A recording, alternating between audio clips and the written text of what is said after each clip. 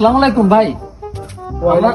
আমরা নোয়াখালী স্কোয়াড থেকে এসেছি। আমরা একটা নোয়াখালী সম্পর্কে মানে এই এলাকা সম্পর্কে একটা প্রতিবেদন বানাবো আর কি। হ্যাঁ, তো আমরা এই এলাকার কার জীবিকা নির্বাহ কিভাবে করে, কার কত টাকা অ্যামাউন্ট, কার হাতে কি নিয়ে ঘুরে, সবকিছু নিয়ে একটা ডকুমেন্টারি বানাবো আর কি।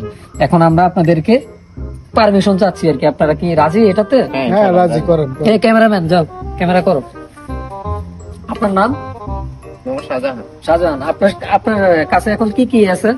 আমার কাছে তো বহুত টাকা আছে, প্রচুর টাকা। এই যে ভাই, দেখি কি কি আছে, সবগুলো আমাদের হাতে দেন। 10,000 টাকা আছে। 10,000। আর এই যে দেখছেন, এটা হচ্ছে আইফোন। আইফোন। আর আপনার কি আছে? এই যে আমার ফোন দেখেন। হ্যাঁ হ্যাঁ, এই ভালো কথা। আমি একটা জিনিস মেনশন করি, এই এলাকার প্রতিটা মানুষের হাতে ভালো ভালো অ্যান্ড্রয়েড আছে। হ্যাঁ, এই যে একটা দেখেন কত দামি একটা ফোন।